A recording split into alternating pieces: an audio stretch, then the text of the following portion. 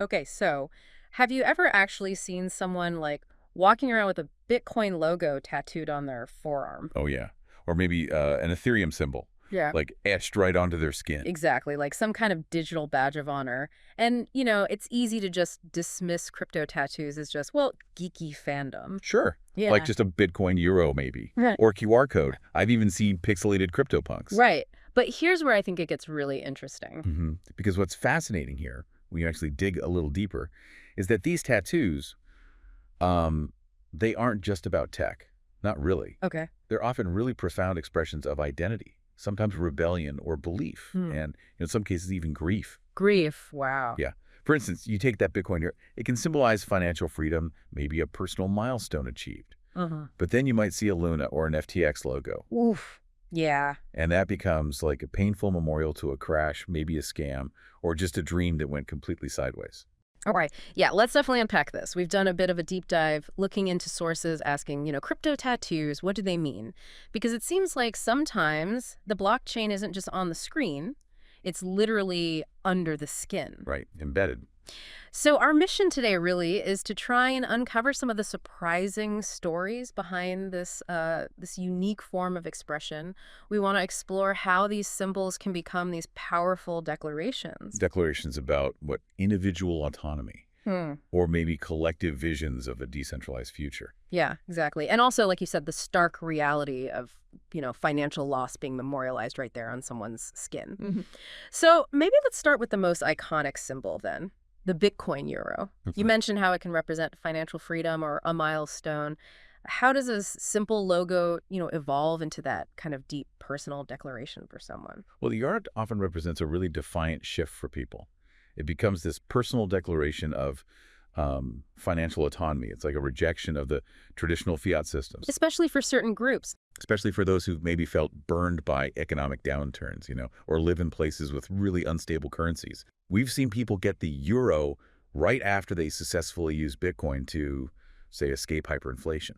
Wow. Okay. Or sometimes it's just a marker of being early, getting in on a movement they truly believe is going to reshape the global financial landscape. For a lot of them, it feels like reclaiming agency in a system that feels stacked against them. Yeah, that makes a lot of sense. A kind of personal rebellion against the old guard, so to speak. Exactly. Okay, so from that sort of individual declaration, let's look at Ethereum's symbol. Now, this one often seems to appear integrated into more complex designs, right? Sometimes paired with that phrase, code is law. Come as law. Yeah. So how does that represent a belief in a future run by like decentralized logic instead of politics? And what kind of imagery tends to go with code is law? Well, code is law isn't just a catchy slogan for them. It's really the core belief for many in the Ethereum The community belief that. that rules should be enforced by transparent, immutable code. Mm-hmm. The idea is to remove the need for, fallible human middlemen and political interference. Okay. And the imagery reflects that. Often, yeah. You see these intricate, almost mathematical-looking mandalas. They kind of symbolize the interconnectedness of smart contracts. Or you see geometric patterns that evoke the precision of code itself. Interesting. For many people, the immutable code and the transparent systems of crypto, they offer a new kind of trust, a new kind of community, almost like a dogma, in a world they see as lacking both.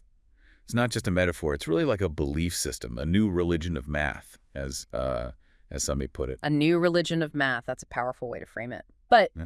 do you think there's a risk here? Like, could these digital symbols just become fleeting trends, unlike, say, the more timeless symbols like anchors and eagles that sailors used to get inked? Yeah, that's an excellent question. And it really connects to the whole history of tattoos, doesn't it? Mm. I mean, while the technology underneath is obviously new, the human impulse to mark yourself with symbols of allegiance or belief, that's ancient. Sure. An anchor for a sailor that represented their life at sea, their resilience, right? For crypto enthusiasts, these symbols, well, they represent their digital frontier, Yeah. their financial philosophy, their community. So the meaning is just as deep, just different. I think so. While individual coins might rise and fall, and they certainly do, the idea behind it all, the idea of decentralization, of digital sovereignty, that's what these tattoos often truly capture. Yeah. And the resilience of the euro itself through all those market cycles. That's kind of a testament to that underlying idea. That's fascinating. Okay, so moving on. Not all the stories behind these tattoos are celebratory, as you mentioned earlier. We've also seen this more somber side with symbols like Luna or FTX logos appearing on people. What's the narrative behind those more painful memorials? Yeah, these are tough. They're symbols not just of financial loss, which is huge in itself, but often they represent a profound sense of community betrayal. Betrayal? How so? Well, take the Luna crash, for example. That saw so many people lose their life savings, like almost overnight. It was a complete and sudden evaporation of trust in that ecosystem. Right. And FTX. Similarly, the FTX collapse. That felt like a systemic failure, and it was a direct result of the huge risks in a space that's still pretty volatile and, well, unregulated in many ways. So the tattoos become... For those who got these tattoos, it sort of turned a hopeful vision into a really harsh, cautionary tale. They serve as painful reminders, definitely. Memorials to a dream that just went sideways. Or maybe even a warning to others, about the volatility and the risks that are still very much present in the crypto space. It's a very raw, very public way of processing grief and disillusionment. Wow.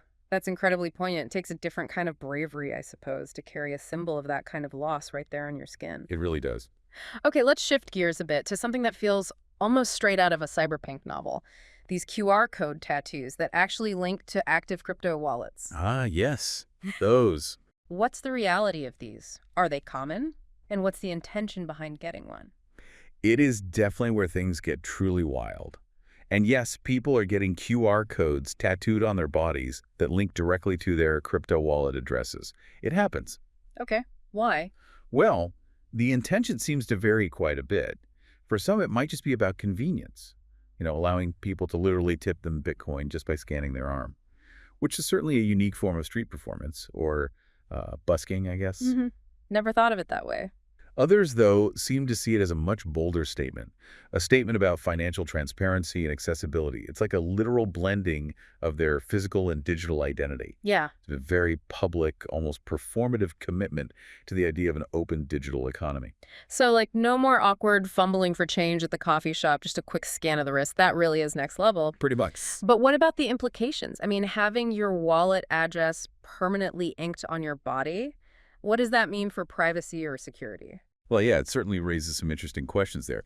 Now, remember, the QR code itself only links to a public address, not your private keys. That's crucial. Right. Okay, so they can't steal your funds just from the QR code. Correct. But it does make that public address extremely accessible, permanently visible. So it's a trade-off, isn't it? Between that convenience, that statement, and a certain level of public exposure of your financial activity linked to that address. For those who embrace it, though, it's almost like a form of digital age exhibitionism. It embodies that open and decentralized ethos of crypto in a very, very literal way. It really feels like a glimpse into a future where our digital and physical identities just become more and more intertwined. Okay, so if we bring all these insights together now, we've really gone from seeing them as just simple logos to understanding these deep personal narratives.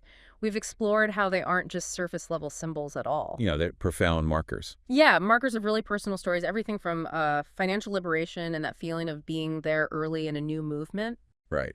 All the way to those really poignant memorials of loss, like the Luna or FTX logos we talked about. And even that allegiance to a decentralized future that you see with the Ethereum symbol and code is law. Exactly. And if we try to connect this to the bigger picture, it really just highlights how tattoos have always been used, fundamentally, to show allegiance to what people believe in. That's a great point. Just like, sailors once inked anchors and eagles to represent their lives and loyalties, today's sort of digital explorers are inking tokens in smart contracts. They're charting their course in a completely new frontier. So thinking about all this, what really stands out to you from this deep dive? I guess the takeaway for listeners is, next time you see someone with a crypto tattoo, maybe don't just dismiss it as, geeky. Right. Pause for a second. Yeah, maybe ask yourself what it truly means to them. Chances are you'll uncover a story that goes way beyond just the blockchain technology. A story that probably speaks to some really core human experiences. Belief, rebellion, innovation. And even resilience, especially when you think about those memorials of loss. It's quite something. It really is.